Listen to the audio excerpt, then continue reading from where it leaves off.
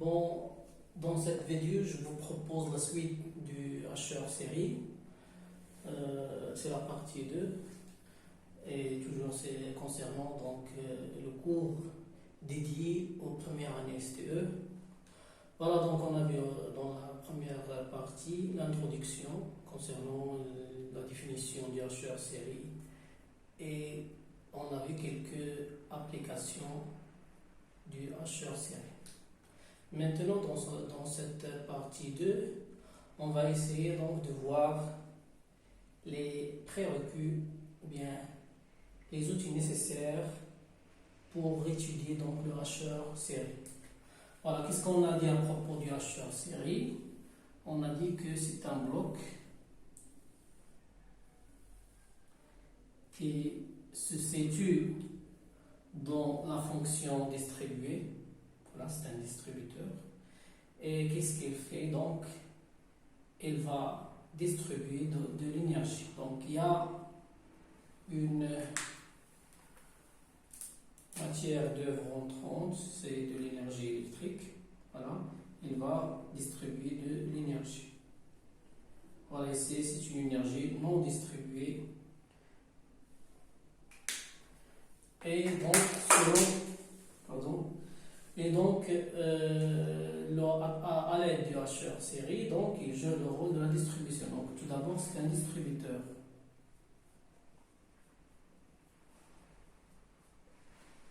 Bien sûr, c'est un distributeur électrique. Voilà. Donc, il effectue la distribution, mais donc, il garde la forme d'énergie. Donc, en entrée, on a le type de la forme d'énergie, c'est continu, direct courant, et il va la garder, donc, direct courant. C'est bon? Une fois donc l'énergie est distribuée, voilà, donc énergie distribuée.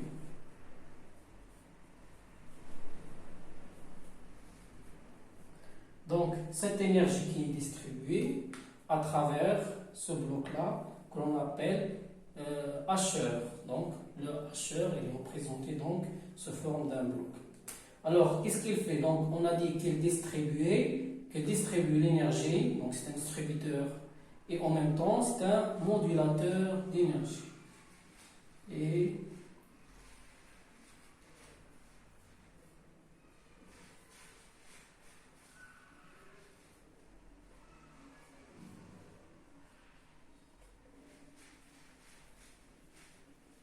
c'est-à-dire, donc,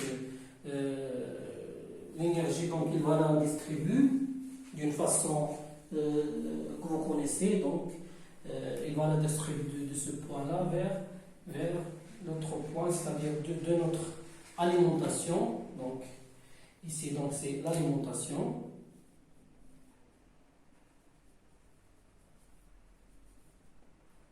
Bien sûr, il doit être continu vers votre système. C'est bon?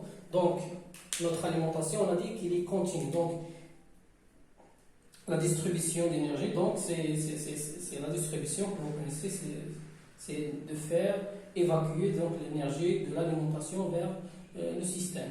Mais ce qui est donc ajouté à propos du HR, c'est qu'il module donc cette énergie. Donc, il va changer, il va ajouter une autre composante. Donc, on a déjà donné des exemples dans la vidéo précédente.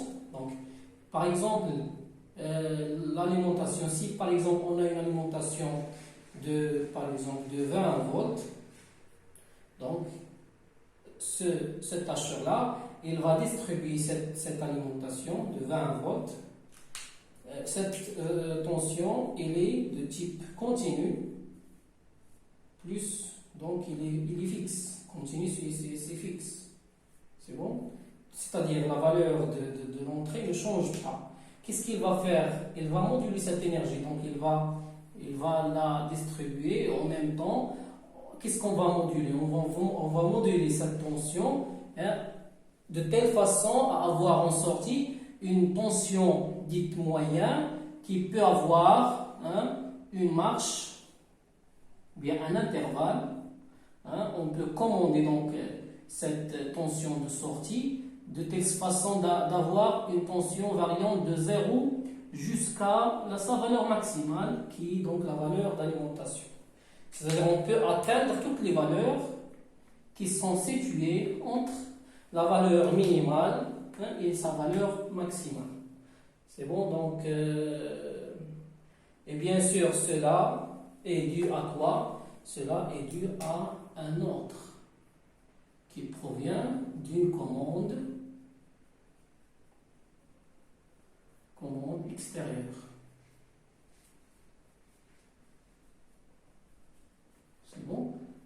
Voilà. Donc, alors, on a dit pour étudier donc ce montage-là, on a besoin de notions, ou bien on a besoin de comprendre le principe de fonctionnement de quelques composants électroniques, à savoir, voilà, donc le premier composant qu'on aura besoin, c'est le transistor bipolaire, ou bien d'une manière générale, interrupteur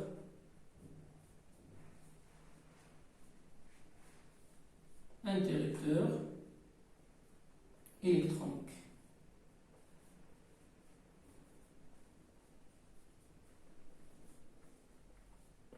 Voilà, on a besoin d'un interrupteur électronique. D'une manière générale, donc ça. Et qu'est-ce qu'on propose par exemple? On propose d'étudier donc le transistor bipolaire.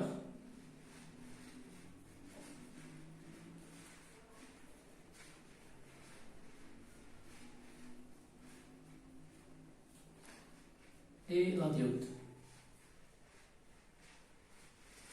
Donc ces deux composants rentrent à la construction interne du hacheur qu'on va voir. Voilà, donc c'est en général ce qu'on va voir dans la suite de cette vidéo.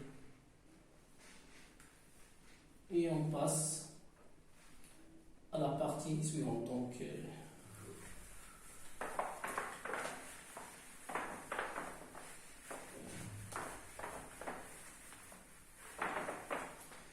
voilà.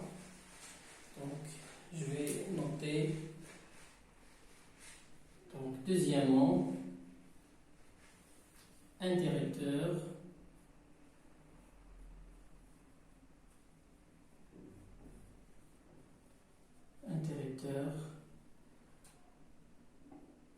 Électronique.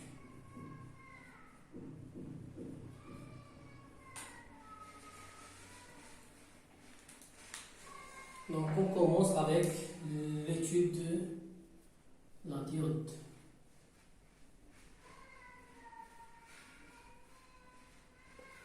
Donc la diode, tout simplement c'est quoi une diode? C'est une, ou si on parle d'interrupteur, donc c'est un interrupteur.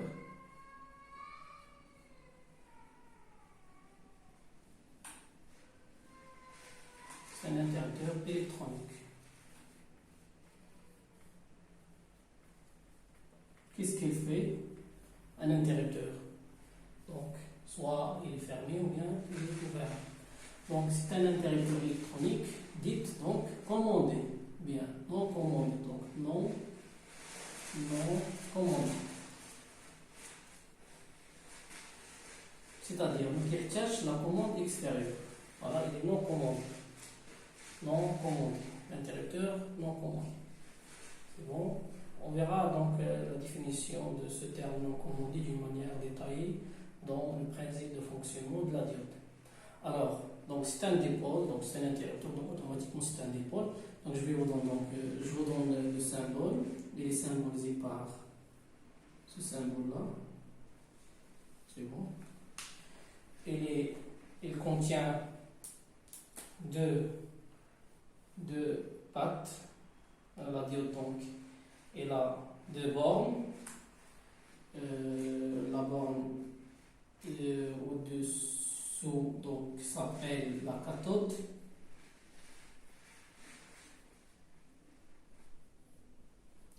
Et la borne du dessus s'appelle l'anode. C'est bon. Donc, c'est un composant. Voilà, donc la note, elle est notée A et la cathode notée K. C'est bon. Donc, d'une manière générale, le rôle de la diode, c'est de laisser donc passer un courant,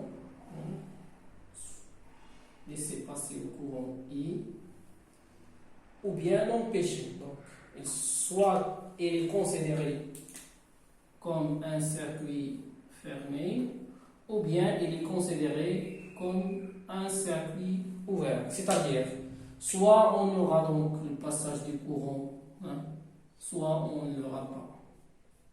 Ça, c'est d'une manière générale. Voilà. Alors, la diode aussi, donc, on le note D, caractérisée par ces deux paramètres, le courant et la tension aux bornes de la diode.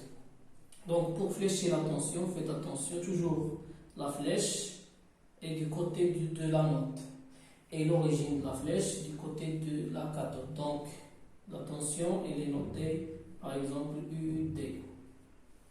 C'est bon. Voilà, autre chose, la diode, elle est polarisée. Voilà, elle est polarisée, c'est-à-dire on ne peut pas si vous changez, donc, si vous l'inversez, bien sûr, vous n'aurez pas le même fonctionnement. Bon. Donc, c'est pas comme la résistance, par exemple. La résistance est non polarisée. Si vous le changez, donc, il n'y a aucun problème. C'est bon. Mais pour la diode, non. Si vous le changez, donc, vous changez le domaine de polarisation de la diode. Alors, voilà. Donc, on passe. Ce qui est important, c'est la condition de saturation et du blocage de la diode. Quand est-ce qu'on aura donc la diode? Quand est-ce qu'elle sera considérée comme un circuit fermé, et quand est-ce qu'elle sera considérée comme un circuit ouvert dans les conditions suivantes. Donc, si vous avez si on a une tension UD strictement positive, voilà. On dit que la diode D est passante. Donc la diode est passante.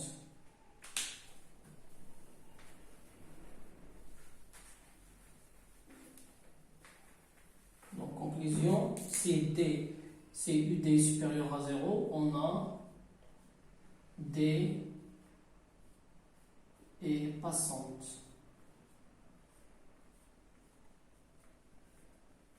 C'est bon. Donc passante, c'est-à-dire elle va laisser passer le courant.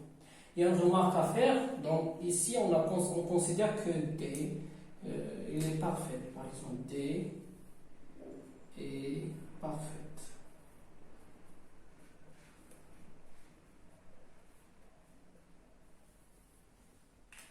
C'est-à-dire il n'y a pas, on néglige quelques paramètres. On va voir ça. Donc, dans le cas où UD est supérieur à 0, automatiquement, on a D est passante. Et l'autre côté, ou bien l'autre cas, lorsque UD est strictement inférieur au U égal. Une fois la tension aux bornes de la diode est égale à 0, voilà, ou bien inférieur à 0, conclusion, D est dite bloquée. C'est bon. Donc la tension aux bornes de la diode, elle est différente de 0. On peut donc voir ça du côté de la modélisation de la diode. Donc lorsqu'il est passant, qu'est-ce qu'on a? On aura donc le passage du courant. Donc le courant I, il est différent de 0. Il est à calculer selon votre montage. Mais la tension aux bornes, la tension aux bornes de la diode, UD, UD est nul, égal à 0, tout simplement parce que vous avez donc le même potentiel côté anode et cathode. Donc, et vous connaissez donc c'est quoi la définition d'une tension. UD est égal à quoi? UD est égal à la différence du potentiel. UD est égal à quoi? Au potentiel positif ou bien côté flèche, c'est-à-dire est égal à V anode moins V cathode. Or, ici, donc, l'anode est égal au cathode. Donc, automatiquement, UD est égal à 0. Donc, vous devez donc tenir donc, cette remarque. Tout interrupteur fermé, sa tension est nulle. Donc, bien tout court-circuit, tension est égale à 0. Par contre, pour le cas où on a ici, donc, lorsqu'on considère la diode FLOCA bloquée, elle est modélisée par un interrupteur ouvert, donc le courant qui circule dans la diode est nul. Donc, la diode, elle empêche le passage du courant. C'est bon? Bien sûr, on a donc le potentiel anode est différent du potentiel cathode. On a une différence de potentiel. Donc, UD est différent de 0. C'est bon? La remarque à propos de la diode, donc dite parfaite, c'est ça. Donc, on considère que la tension aux bornes de l'interrupteur fermé est nulle. Et dans le cas où il est réel, si la diode est dite réelle, donc il y a un changement ici. Donc, dans le cas où la diode est passante, donc le montage ou bien le circuit qui modélise la diode est différent de celui lors de la diode lorsqu'il est considéré comme parfait. Donc, on remplace l'interrupteur par l'interrupteur fermé par une source de tension. Voilà. Et cette source de tension égale à quoi? Égale à une tension V0 qui dépend de quoi? Qui dépend du matériau par lequel il est fabriqué la diode. Donc, cet exemple, c'est dans le cas où la diode D est réelle. C'est bon? Lorsque D est réel, donc, dans le cas où la diode est passante, elle est modélisée par une source de tension. C'est bon? Et la valeur de cette source de tension, généralement, est égale à 0,607 volts. Dans le cas où la diode donc, est fabriquée par le silicium. Donc, s'il est fabriqué par le silicium, donc est égal à 0,7 volts. Et voilà donc à propos du premier interrupteur électronique qu'on verra dans la partie HR. Donc on passe à la partie suivante.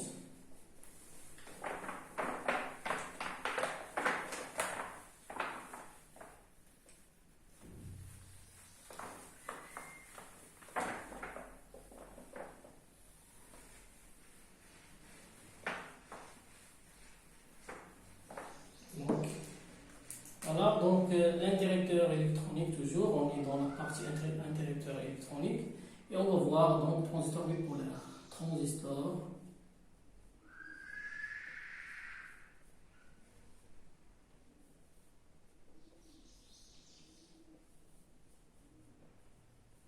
voilà. Donc le transistor bipolaire, c'est un composant, c'est un interrupteur. C'est un interrupteur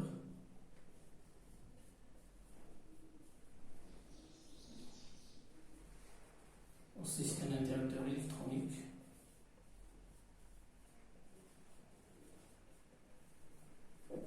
Mais cette fois-ci donc, dans le cas du transistor bipolaire, il est commandé. C'est un interrupteur électronique, mais qui est commandé. C'est-à-dire, pour avoir les deux états, donc c'est un interrupteur, donc soit il est fermé, soit il est bloqué. Donc on a deux états, donc le cas fermé et on a le cas ouvert. Alors pour avoir ces deux cas, on a besoin d'une commande extérieure. Voilà, ça c'est la commande c'est-à-dire la commande extérieure.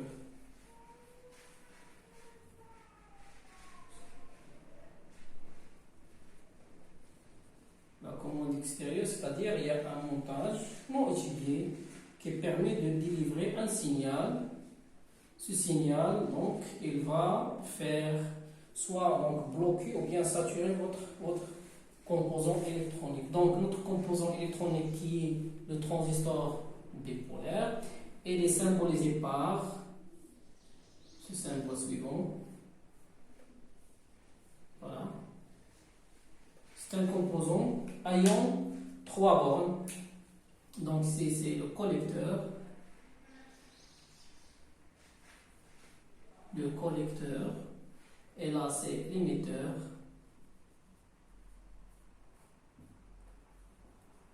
Et celle-là, c'est la base. Bon. Elle est caractérisée par les grandeurs suivantes. Donc, caractérisée par le courant circulant dans la base, ça appelé donc IB. Le courant entrant du collecteur vers l'émetteur, appelé donc IC. Et le courant qui sort, donc, il s'appelle IE. Bon. Donc, ces 3 bornes, elles sont abréviées par C, E et B. Bon. Donc, le collecteur, c'est C, l'émetteur, c'est E, et la base, c'est B. Très bien. Alors, aussi, donc, on a notre interrupteur électronique ou bien le transistor bipolaire. Il est caractérisé par sa tension VBE et la tension VCE. Voilà. Alors, comme on a dit, on va étudier, comme pour le cas de la diode, on va étudier ce composant juste dans les 2 cas de saturation blocage, c'est-à-dire quand est-ce qu'on aura notre circuit, il est considéré comme un circuit fermé, et quand est-ce qu'on aura donc notre composant considéré comme un circuit ouvert. Voilà, donc la première chose à faire, c'est que la première chose à indiquer, c'est que ce composant-là, il a besoin de quoi? Il a besoin d'une commande. Donc voilà notre commande. Soit par exemple un système qui délivre une commande, je vais l'appeler par exemple V. Et sachant que notre transistor bipolaire noté par exemple T, il est commandé, on dit, il est commandé en courant. Donc il a besoin d'un courant pour changer son état, c'est-à-dire pour changer de l'état bloqué vers l'état saturé par exemple, il a besoin d'un courant qu'on appelle courant de saturation qui permet de le saturer. Et si par exemple vous avez votre commande extérieure qui délivre une tension, donc automatiquement on a besoin d'un convertisseur tension-courant, et ce convertisseur c'est une simple résistance de polarisation bien sûr du composant appelé RB. Donc on va créer un courant qui va circuler dans le transistor bipolaire de telle façon de saturer donc votre composant. Alors les 2 cas les 2 cas ou bien les 2 états de notre composant, donc quand est-ce qu'il sera bloqué et quand est-ce qu'il sera saturé, sont les suivants. Donc si vous avez un courant IB supérieur ou égal au courant de saturation IB saturation, automatiquement on a T et on dit il est conducteur.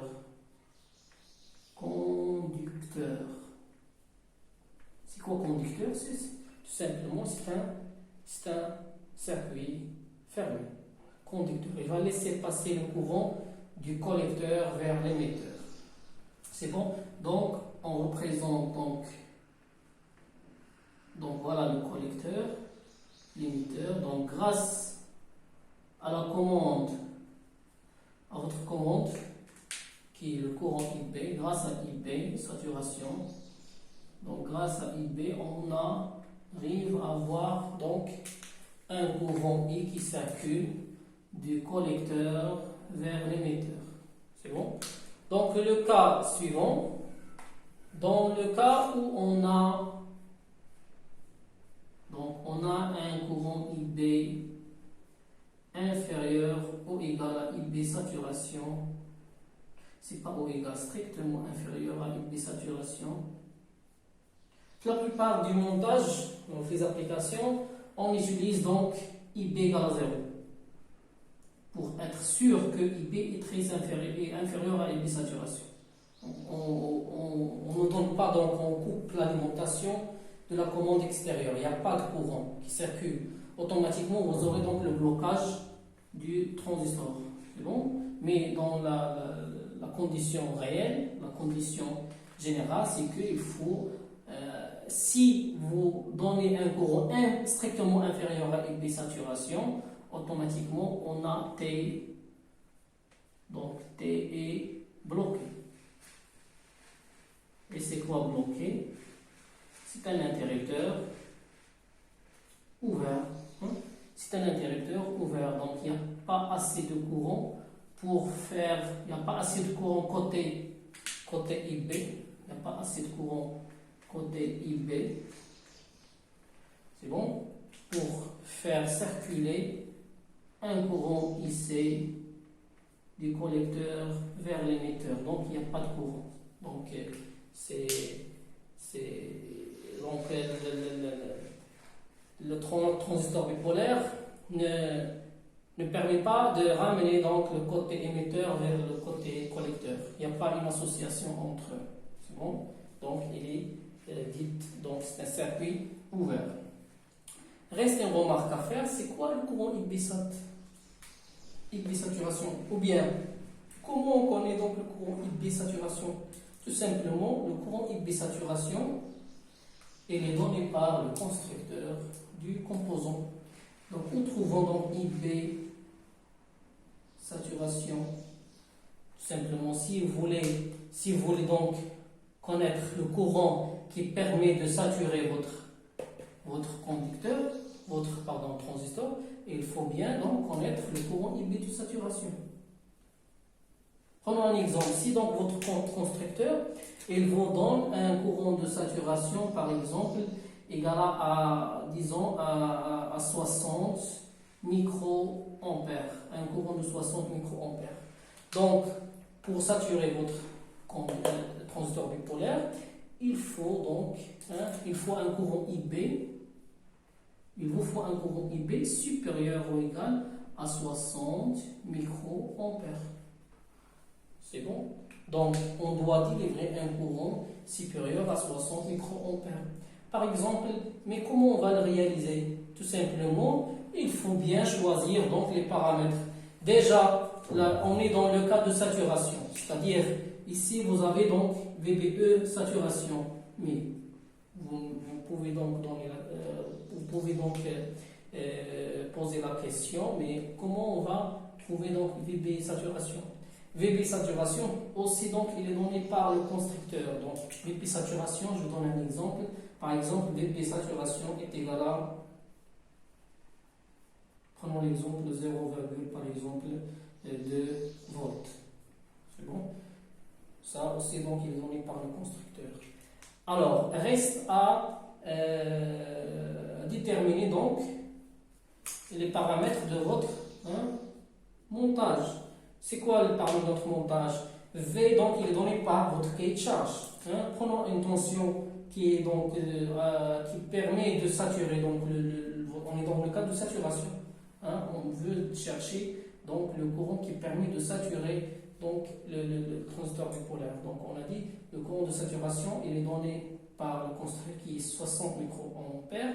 Alors, vous pouvez donner un courant supérieur ou égal. Donc, alors, pour caractériser donc notre montage, dans le cas de saturation, il faut déterminer donc la résistance RB. Donc, par exemple, le V est donné par votre cahier de charge, V de 5 volts par exemple. Alors, reste à chercher donc la résistance RB. Donc, tout simplement, pour la chercher, on effectue donc la maille ici à l'entrée du composant. La tension au bord de la résistance, c'est quoi? C'est RB fois le courant IP. C'est bon, donc on effectue donc la maille VBE saturation plus RB fois IP moins V est égal à 5. C'est bon? Donc, et finalement, on peut connaître. Voilà, donc, on a VBE saturation plus RB fois IB moins V est égal à 5. Notre objectif, c'est de chercher la résistance RB. Donc, RB est égal à quoi? Tout simplement, est égal à V moins VBE saturation divisé par, on est dans le cas de saturation, donc divisé par IB saturation. C'est bon? Donc, vous pouvez faire le calcul. Donc, RB est égal à 5 moins 0,2 divisé par 60 fois 10 à la puissance moins 6. Donc, est égal à 4,8 divisé par 60 fois 10 à la puissance moins 6. Donc, vous pouvez donc calculer donc la valeur pour modéliser votre entrée. C'est bon, donc, et de cette façon, on est sûr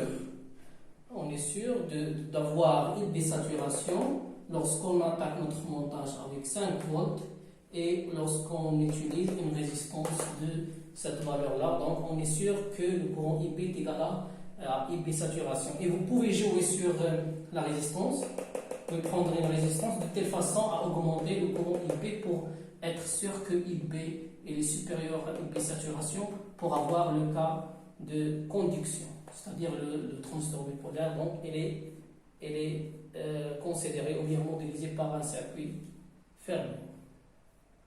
C'est bon, donc ce qu'on doit retenir pour étudier le washer, c'est-à-dire ce composant électronique, qu'est-ce qu'il a besoin? Il a besoin d'une commande extérieure. C'est bon? Et c'est quoi cette commande extérieure? Je vais effacer donc là. Donc la commande extérieure, donc c'est une représentation. Je vous donne une représentation de notre tension V. Donc